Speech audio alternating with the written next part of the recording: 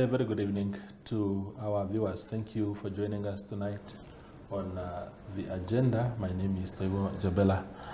Tonight on the platform we are hosting Henk Mudge, who is the president of the Republican Party, opposition party, of course, here represented in Parliament. They have launched their manifesto just recently, and the manifesto has made quite a number of headlines. And Henk is here to help us unpack some of the topics contained in that very important document ahead of the November election. It's a pleasure to have you, Henk. It's always a pleasure talking to you. We are one of the first parties to launch their manifestos after we have waited for so long. First one. First one, eh? First one. Even better, absolutely. And when I look at it here, it's really wordy. It means that there's a lot of work that went in here. Because I've seen some other manifestos that have been released lately, and they're very thin. You could almost argue that they were just to tick off boxes. How can you summarize? We'll go into details, but in summary and broadly speaking, how would you summarize your manifesto?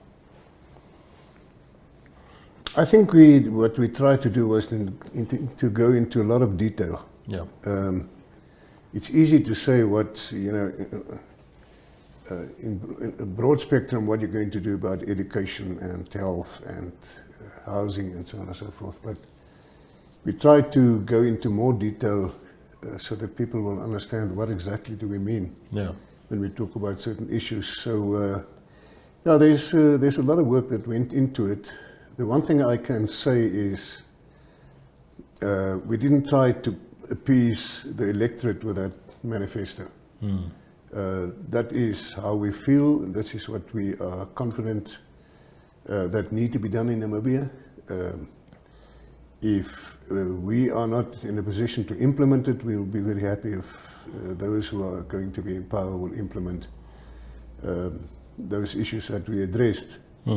Because what we talk about are bread and butter issues, not pies in the sky and dreams.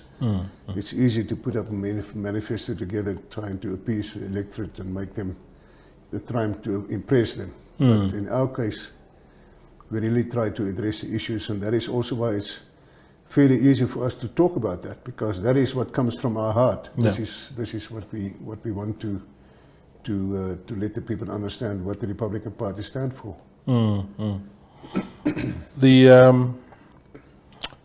The part that made a lot of headlines since the launch of the manifesto is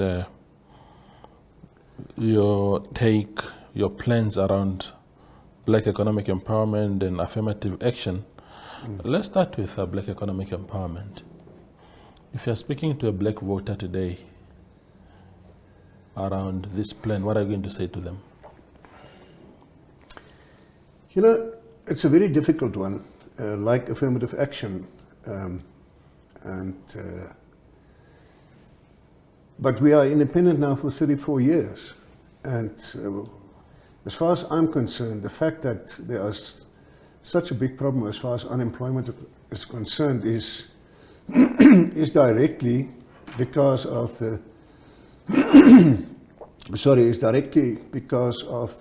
incompetence and the neglect of the SWAPO government. You cannot blame the opposition parties for the role that they did not play.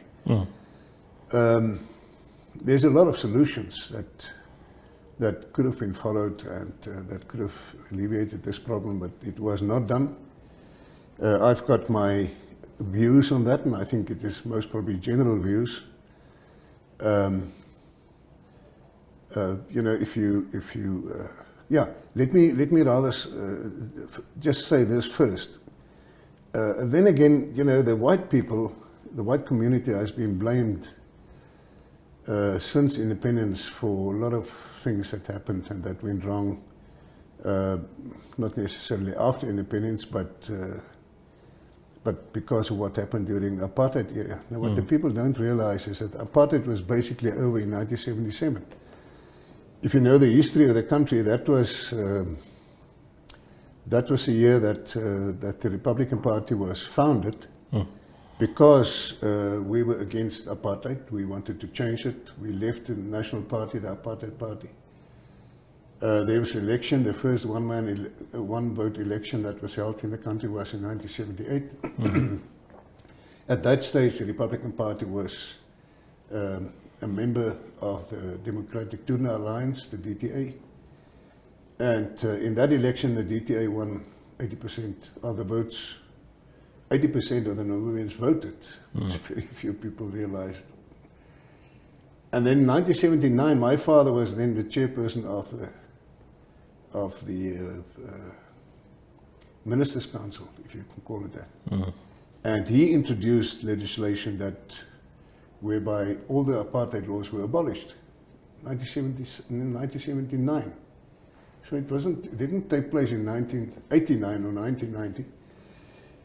But the fact is that despite that, and then we had basically a black majority government since then, until independence. Interim government, transitional government, and South Africa wanted to interfere on a number of occasions. So you're saying in the 80s, after the 1978 election, throughout the 80s to the 1989 election, it was black people who were leading Namibia. Is that what you're saying? Yeah. Yeah. The government was my father, and I think there were two other whites in that government. South Africa was obviously still the mandate holder over Namibia, and they were in charge of the defense and also education. But for the rest, this interim government was in charge of Namibia. Now, what happened after independence was that every mistake or every shortcoming that we experienced in Namibia was always blamed on the apartheid era. That was gone 20 years before independence, almost 20 years. Now, and that was a pity, because we worked very hard since 1977 to reconcile the people of Namibia, especially the white and the black people. Do you deny that in the 80s, white dominance did not exist in Namibia anymore? Not in terms of the number of black ministers who served in the Ovambo administration, for example, and elsewhere, but in terms of real power. Because for example, the racist policies that existed in the 70s, are you saying that in the 80s they didn't exist anymore? Yeah, they didn't. Is that so? Yeah. Because I mean, there may be some, but I mean the apartheid laws, separate development, the Mixed Marriages Act. If you think back today, you cannot believe that we actually had those laws in this country.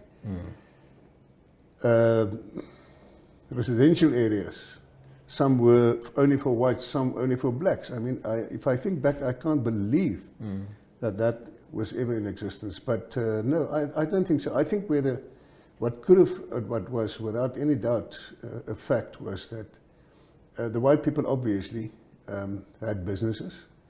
So I think as far as that's concerned, they may have had the power. You talk about the banks, you talk about big business and so on and so forth. There was nothing else that they can do. I mean, you can't all of a sudden, when you change the government system, start to give away your businesses.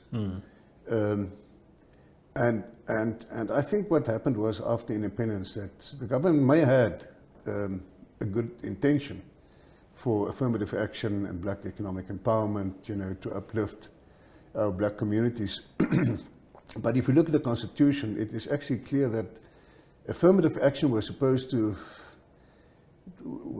have been implemented in the government, not in the day-to-day running of anything else. It was the government and the army. But I think we all but I must blame the SWAPO government, because they had the opportunity. Unfortunately, what happened because of this affirmative action and black economic empowerment policies, the white people were sort of treated as second-class citizens. You know, we couldn't tender, you couldn't apply for contracts, and then we were also blamed for the fact that we stole the land, which was also not true. Okay. So that had a very negative effect as far as reconciliation, because then the white people started to withdraw. This is a natural thing to happen. I mean, and they said, listen, let the black people carry on with the politics. We carry on with our businesses, which is wrong. And this is something, if you listen to what we say at our meetings and the meetings we have with certain white communities, currently in this election campaign, I am, I'm strongly trying to get them back into not into politics, but to become involved. You know, we, and if I say we, obviously not myself, but I'm a white person, although I don't see myself as white. I'm a Namibian, first of all, but I'm white, and so are a lot of other people. And the problem is that what happened because of this, there was apathy towards politics that developed. And now they will sit at the Bryfleys fires, you know, and they will complain about what's going on in the country and what's going wrong, and they will, you know, and then when I ask them, but what are you doing? Yeah. To help us to solve those problems, and then they can't answer me. So I'm busy currently encouraging the people to become involved, and I must say this is very encouraging for me myself, is that the people are very keen.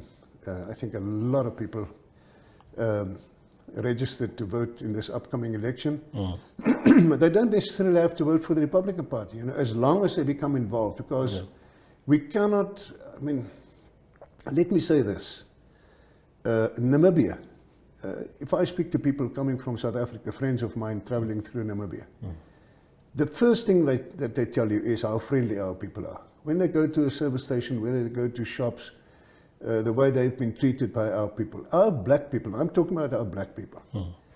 Our black people we've got a wonderful, friendly, accommodating, and I'm not talking about the reactionary, those who's not, you know, keen for development in the country and not keen for reconciliation. Don't worry about that, you know.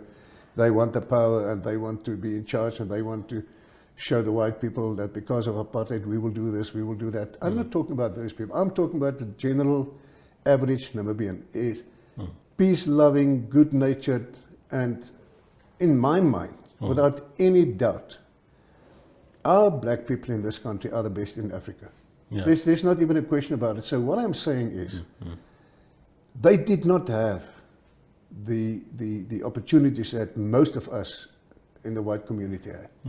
So what is our responsibility? Our responsibility now is to use our experience, our knowledge, to help them to improve their living conditions. Not because our black people are stupid, and not they are.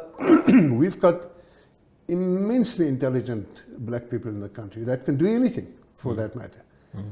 But because they didn't have the opportunity. So this is, as far as I'm concerned, and this is also what I'm advocating when I go on campaigns and where I speak to white people, to say to them, this is what we must concentrate on.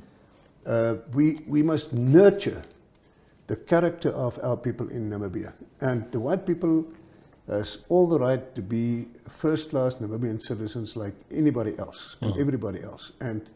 But the main thing comes in, we must respect one another. I hear you. It doesn't matter who you are. I mean, we've got a lot of people also from the other ethnic groups, you know, like Oshivambus and the Hereros, and they calling each other names. And so we must stop that. We must stop that. We must really, we are Namibians, first of all. So what we must do, we must respect one another, rather see what can we do to help one another to rise up. Because we've got all the potential in Africa to become the jewel of Africa. I hear you. Then we must be serious. I hear that, Uncle Mudge. To become the jewel of Africa also requires that the equitable sharing of resources. You touched on the issue of land, the accusation that land has been stolen by white people. What is your assessment of how 71% or something like that of arable land in our country ended up in the hands of white people? Well, that's come a long way. It comes a long way. I can remember my great-grandfather. He started to farm in Otjiwarongo. He got a farm from the government. He didn't get it. He was awarded to him for 4 years to see if he can farm, and then if they saw that he can actually utilize the farm properly, then he had to buy it. So he bought it. My grandfather bought his farm, Boskop, at the Waterberg. My father bought his farm. So many people bought their farms. They may have been from the Schutztruppe, from the German army, who got farms and land and so on and so forth. Now, you cannot expect from people, if they buy a farm, if they farm for a generation or 2 generations, just to give the farm away at some stage in future. The tragedy in Namibia is the fact that the SWAPO government failed dismally with the land reform policy. I mean, if you see what happened, they would buy farms 5,000 hectares from, you can actually say, from Windhoek north towards Grootfontein, Ochu, Kamanyap, those areas. A 5,000 hectare farm is not a big farm. It sounds big, but it's not big if you're a cattle farmer. And I mean, we know, because we've farmed on those farms, our family. You have to know what you're doing to make a proper living from a farm like that. Now the government came, they bought those farms, they cut it up in 4. And then they put people on the farm in 2 camps. And those poor people come with their donkeys and their dogs and cattle and goats and everything. And it's a matter of time, then they overgraze that piece. And then what? And then they become the responsibility of the government again. Some other guys got farms, those guys who were well connected and the elite, they got farms. The Affirmative Action loan scheme of the Agribank also helped a lot of people, but also not those really in need of farms and of land. They were business people, they were well connected in the political circus, and everybody knows that. So what should have done, what the government should have done, and we actually in the Republican Party submitted a very detailed document those days to former President Pohamba when he was still the Minister of Land Reform, where we detailed or give a detailed report on how we see land reform should be tackled. Very simple. If you buy a farm, then you look for a black farmer who's got the potential to become a good farmer. You put him on the farm, you help him financially and technically, and then give him a period of time, say 5 years, to prove himself. And we've got many people like that. Many who's got the ability and the potential to become big, good farmers. But you put him on the farm, you give him what necessary with the technical information and all that. After 5 years, if we've shown that he can do it and that he make a contribution to the economy and utilize the farm properly, then you give him the farm. You register the farm on his name so that he can use that as security to borrow money from a bank to buy more cattle. And so in other words, the mistake that we made, we did not bring those guys to the farms who had the potential to become a good farmer. Now today, all those resettlement farms, they are gone, they're out of the economy. They will never produce again. And it is actually shocking. I mean, everybody should realize it is not possible to give a farm or land to every Namibian. It's just not possible. There are only 6,000 farms, of which there's probably about 4,000 or 3,500 still in commercial white hands, if you can call it that. But still, but the issue, Henk, is also that it's not everybody wants to farm. Some people just want subsistence activities that can sustain themselves with.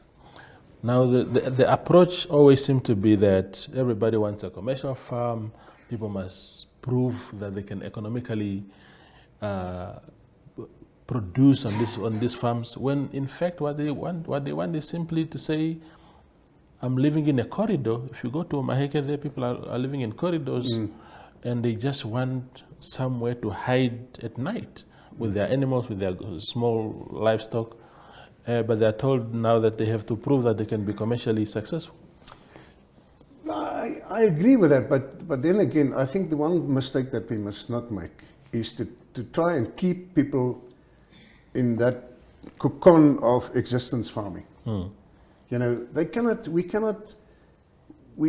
we must help the people to move beyond that. Yeah. If they've got some cattle or whatever, okay, then help them and see how you can do that. The government bought enough farms up to now where they could have utilized to help those people. But you cannot put people on a quarter of a farm and think they can go forward. And this is a problem, the mistake that the government made. And I think they made it deliberately, just to keep people sort of shut them up and let them have some land. And it's a big mistake. I think if you look at the Kavango region, for instance, you know, and from Ruakana towards Ondangwa, along that canal, and then in the Kavango, along the Kavango River and the Caprivi. There's so much arable land. And if you look at the green scheme projects that the government start to put out at that stage, it is a disaster. There's nothing going on. And the Kavango region should have been today the second richest region in the country. It's today the second poorest region because there's no development. And why not? This is a question that we will need to answer ask the SWAPO government. Why was that never developed? Sam Nujoma said just after independence that the Kavango region will become the breadbasket of Namibia. Goodness, we should have been self-sustainable as far as food production is concerned. We should have exported food long time ago, 10, 15 years ago. We should have started with that. There's nothing going on there. And those are the questions that one need to ask, because as far as, you know, you know those guys, how they farm. They've got a small piece of land that they plant mahangu and some other stuff. But it's small. And they then they have a harvest, and they use some of that mahangu to keep for the year to live from. And then they sell part to keep their children at school and whatever. And the other part they keep for seed for next year. And the more you use the seed, the weaker they become. We must help those people to enlarge their fields along the river and make bigger fields for them to have a bigger income, a bigger harvest, a bigger income. So that at the end of the day, when they've harvested and when they've sold all their produce, they must have something that they can put into their savings account, because they must go forward. They must be at some stage in the position where they can build their house, where the guy can buy himself an old bakkie, you know, to help him, where they can form a cooperative and buy tractors, you know, to help them, especially inland from the Kavango River, in the Kavango, and also in the Foyo regions. That is a mistake that we made. But we always fall back to the white farms and the farms that, you know, the percentage of land that is in white hands. I tell you, the white people, and I say this, the white people made a tremendous contribution, even today in the agricultural sector. It's the biggest employment sector that we have, and we must be careful. Don't blame people just to blame them for political reasons and for you know, to score political points. Let's rather see, as I said in the beginning, let's rather see how can we improve? How can we improve? And the main objective must be, how can we improve the living conditions of our black people? I would say, if you talk about land, this is my view, we should give urban in places like Windhoek and Otjiwarongo and wherever, give people that property, that earth. Give it to him. Don't sell it to him. Give it to him. Some people want to put up a tin shack here, especially the people from the north, because they don't want to invest here. They want to invest at their villages up north. But there are people who want to build their own little house or whatever the case may be, and they may start with a tin shack, but they earn a salary. Now, at least this shack or this piece of land is theirs. It's their name. So they can use that as collateral to borrow money from a bank to start to build their house and keep on building. And eventually, everybody will have something that is his or her own property. We cannot carry on with the way we're doing now, because these thin shacks and informal settlements is taking over the place. It's going to be a massive change in attitude and policy to rectify this, because we've let it come too far. But it's still not irreversible. We can do it. Absolutely. We'll go for a break. But before we do that, I will leave you with a question to ponder on. And that is, you see, there's no question as to how productive white people are to the economy of the country. That is not, I think, the debate is not about how productive white people or how useful they are to the country. Personally, I think they are very much a very important segment of our society from all corners that you want to look at it from. The question is that, I mean, the fact is that they have the majority of the land. The proper productive land is in the hands of white people, who are a very tiny majority in our country. And we just want a system where all of us somehow share into that. But hold on to that thought until we return from the break.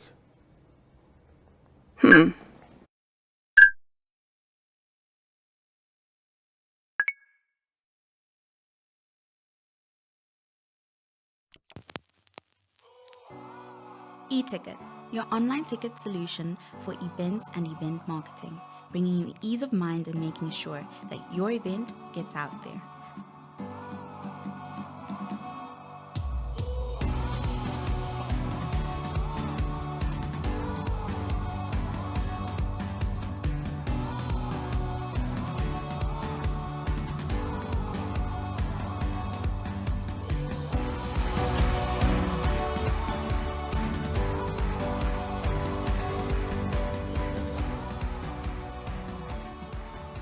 For more information, contact events@nhom.com.na.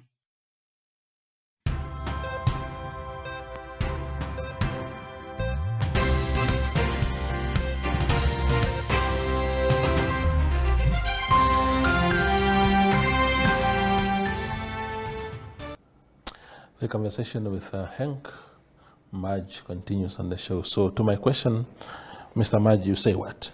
How do we make sure? Because we can't just say, yeah, no, as long as, white people are contributing immensely, then the land might just be in their hands. The country is for all of us. No, I agree. But then again, I say, if I was to become the president of this country, one of the first things that I will do, I will put together a committee to look at the resettled farms. All the farms, every single one that has been given out for resettlement, or the Affirmative Action loan schemes, because a lot of the farms that were bought through the Affirmative Action loan schemes are bought by elites. They use it now as weekend farms. Go and brag with their friends, Go to the farms with their fancy Range Rovers and Jaguars and Mercedeses. I will have a real look at this whole thing. And I would take back all those farms. I will expropriate all those farms. And we will start this resettlement from the beginning. And those farms that have been cut up in 4 pieces, we will consolidate them. Because I think I haven't got the figures and the numbers, but I think if you look back, or if we can have the numbers of the number of farms that the government bought since independence, it is a massive number. Yeah. Massive. If we had productive farmers, black farmers on each of those farms, the situation would have been completely different today. Completely different. Yeah. I honestly don't know. As I said, it is just common sense. You cannot go to a Papkevich today and say to him, listen, you must hand over your business to other people. Yeah. Or give a share away. I mean, those people have worked very hard to get to the point where they are. And I must tell you, farming is not easy. Farming is not easy. Farmers are not millionaires, although there are some that did well because they are big farms, 10,000, 15,000 hectares. The other thing that I would have said was, and that I would have done if I was in SWAPO's shoes, one of the reasons why people had one farm and then they bought 2 farms, that is now many, many years ago, is because of bush encroachment. Because your carrying capacity on a farm, I know from where I grew up between Ochu and Rutavi, the carrying capacity of that farm was 1 in 7. So in other words, you could put 1 cattle on 7 hectares. And that farm was 7,000 hectares. So my father could farm with 1,000 cattle on that farm. Today, with the bush encroachment, that reduced the carrying capacity. It reduced it to the point where you can, on that same farm today, farm maybe with 400 cattle. So in other words, now what happened was, now the bush encroachment came.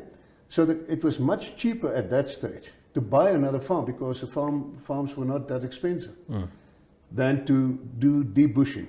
That is today a big thing in the north that we all know. Now, what we should have done was to approach people like the German government or any other government and say to them, listen, help us, let us subsidize farmers. He's got 3 farms now, but it's much cheaper with your infrastructure, it's much cheaper to farm on 2 farms than on 3 farms. Let's help them. Let's give them incentives, incentivize them and help them to debush those farms. Then he can not give away, but he can sell one of the farms to the government. There are farmers that may have 2 farms that say, fine, then I'll sell 1 farm and just keep 1. Those are the things that we were supposed to concentrate on.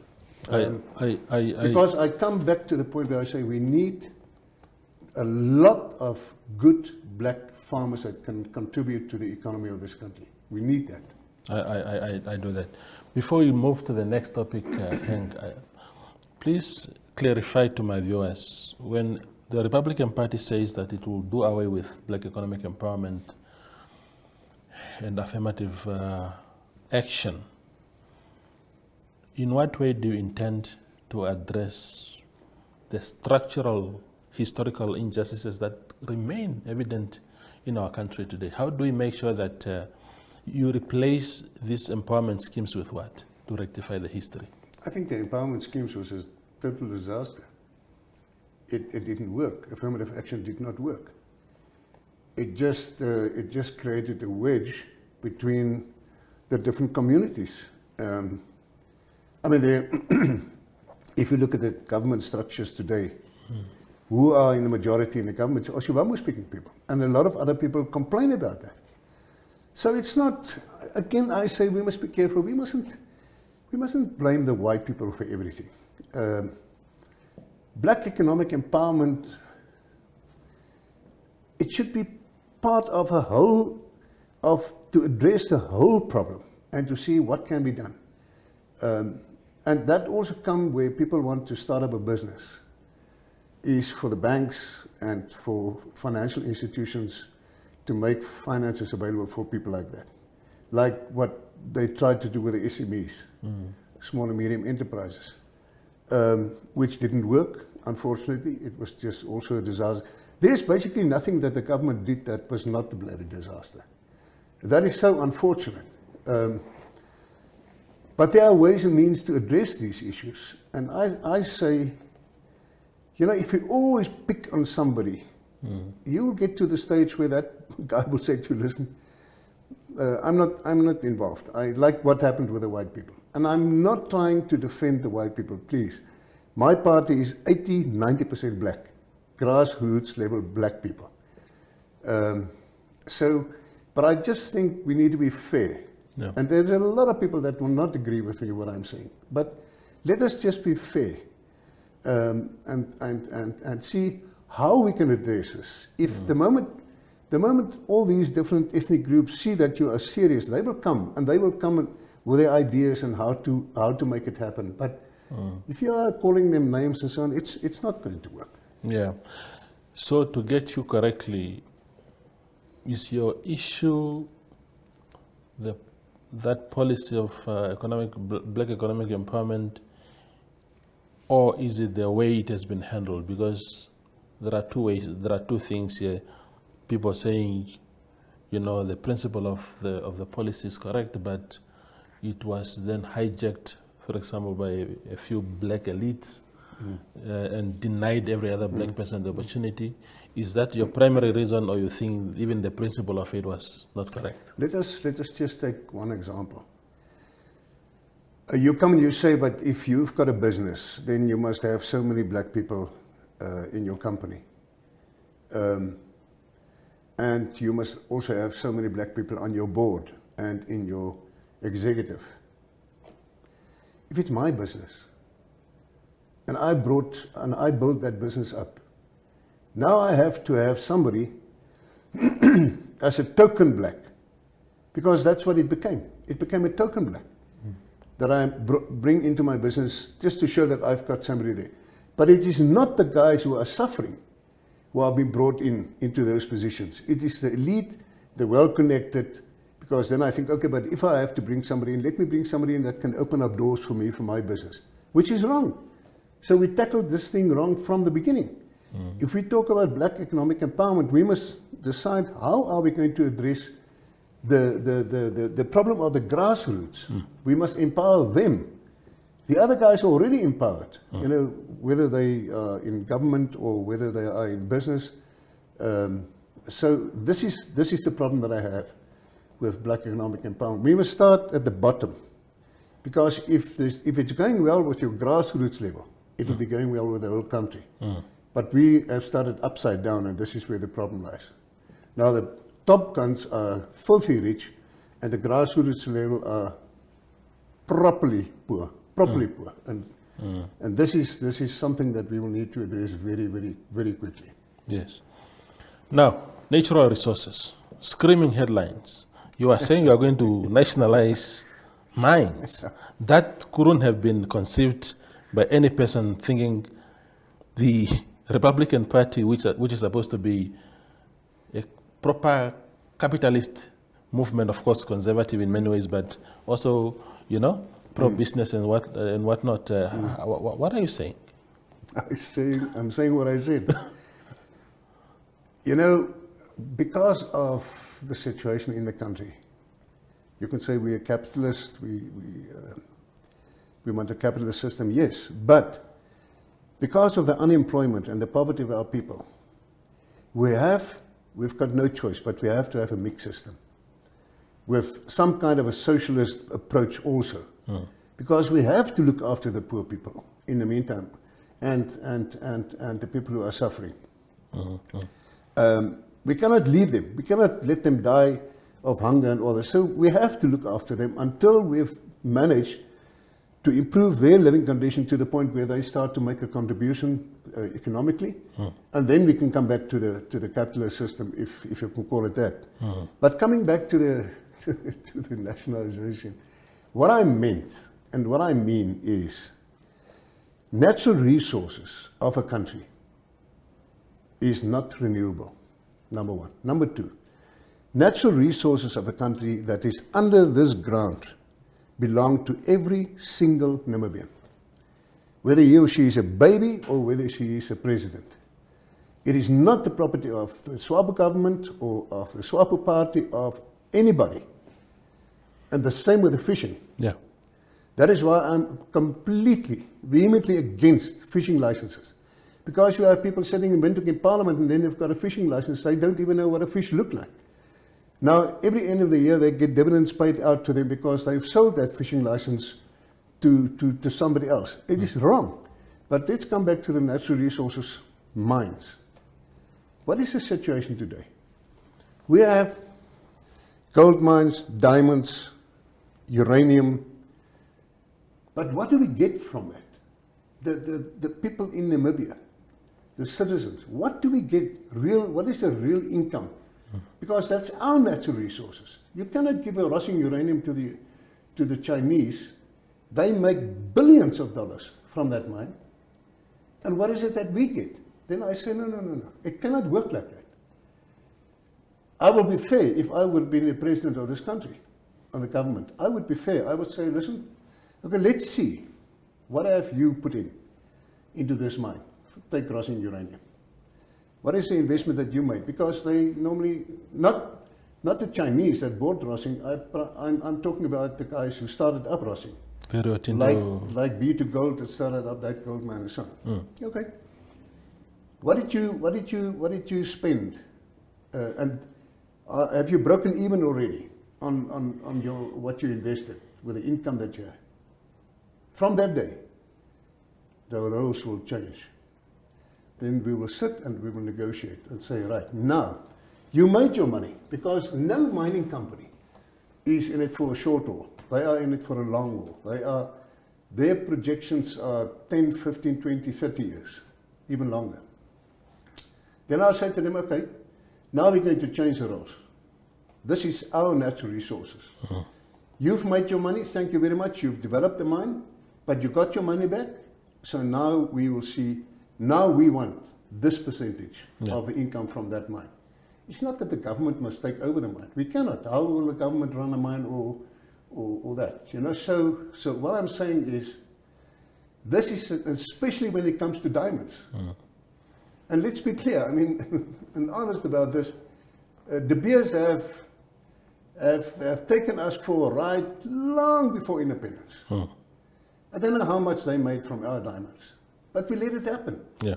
So what I'm saying is, we have to relook at the income from our natural resources, and the bulk of that income, the vast majority, must come to the Namibian residents, and must be used for the benefit of every single Namibian.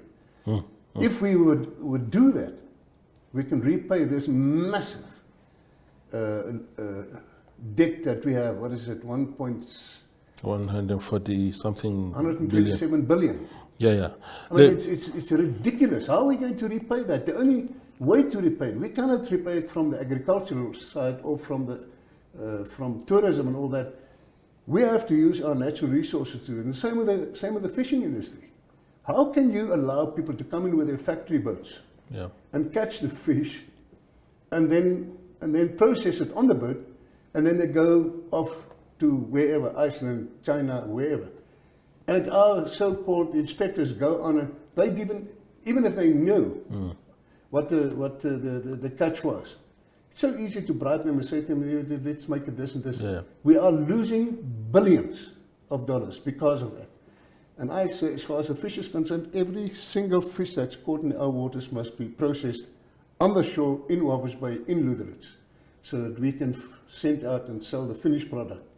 And that should actually happen with everything else. We cannot allow the Chinese, because the Chinese are taking over our economy. Yeah. No, I hear you.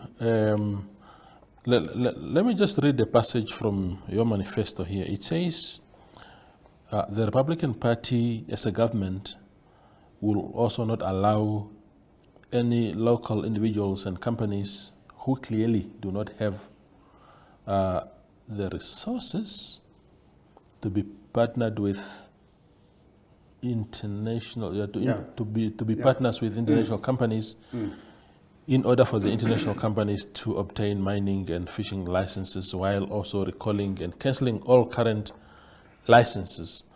If you can explain what you mean there before we move to the next topic. That is not only in the mining sector. Yeah. I mean, if you look at these contracts being given out, this road from Windhoek to Okanya, it's been given to an Italian company. There was one Namibian so-called partner. He had nothing. He's a partner of a company that tendered for hundreds of millions of dollars to build the road. But that guy he had nothing, not a cent. He didn't know how to build the road, but he was a partner. And this is what happened in this country. Always, these Chinese, they get a Namibian partner, that is just a sleeping partner. And if that Namibian guy has got the contacts and he can arrange for the Chinese to get the contract, then they pay him out They go into the contract, they start the contract, they pay him out, he's gone. He buy himself a Ferrari or builds himself a big house, and the Chinese are carrying on with the contracts. Yeah. This should stop. If in any business, if you want to participate and you want to tender, then you must be able to prove that you've got the financial resources and the human or the technical know-how to make a success of that. But the Chinese has read us and taken us for a ride for a long time, and we did it. We did it easily, and they knew. All they have to do is pay some money under the table, and they get away with this. Yeah, absolutely. The one question that I want to ask you as we draw towards a close of this conversation is, how do you convince a Namibian, your average, typical, everyday Namibian voter to? Is it difficult as an originally white conservative party to convince people that, there's nothing wrong with being white conservative Namibian, but how do you canvass votes? You said so many black voters, actually your members. How did you get to convince them to join the white conservative party? First of all, we were not a white party, dominated white party since I took over in 2001. We were not. At all our congresses since then, if you get there are 250 or less or more people there. There may be 5 whites. So we were not a white party. It was used.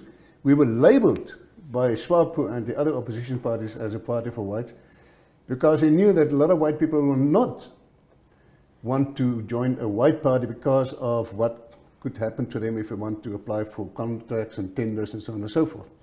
So we're not a white party, but I can tell you it's easy. It's easy. I see in this campaign,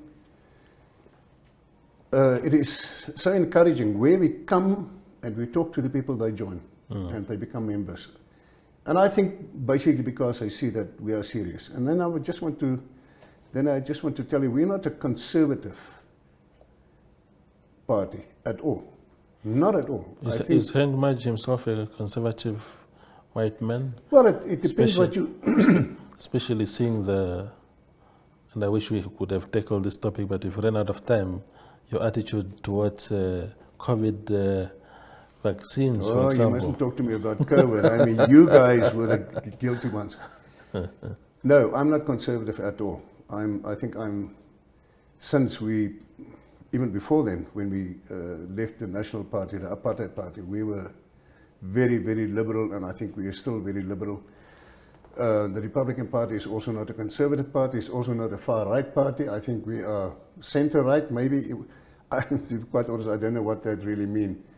But we are serious and we are genuine in what we want to achieve and the programs and the policies that we want to put forward to the people. And I think they see that. Yeah. We don't have an agenda. We're not playing politics. I'm not playing for the pavilion.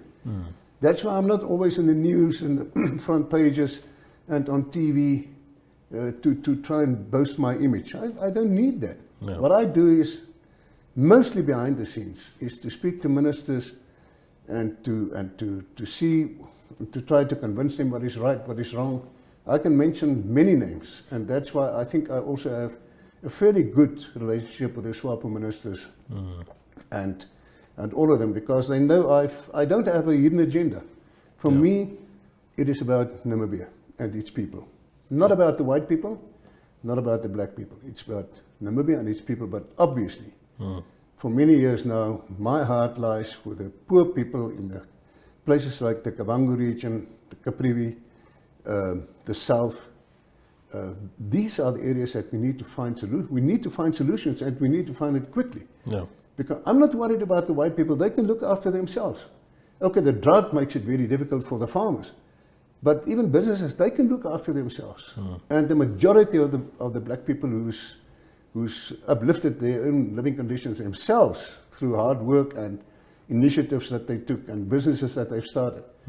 They're also fine for the time being, but let us look at the grassroots level, and this is where we need to find solutions. In the Kavango region, we need to get drills and drill boreholes at every single village. We cannot allow the people 34 years after independence to still walk kilometers to go and fetch water. Yeah, So these are the things that we need to do. So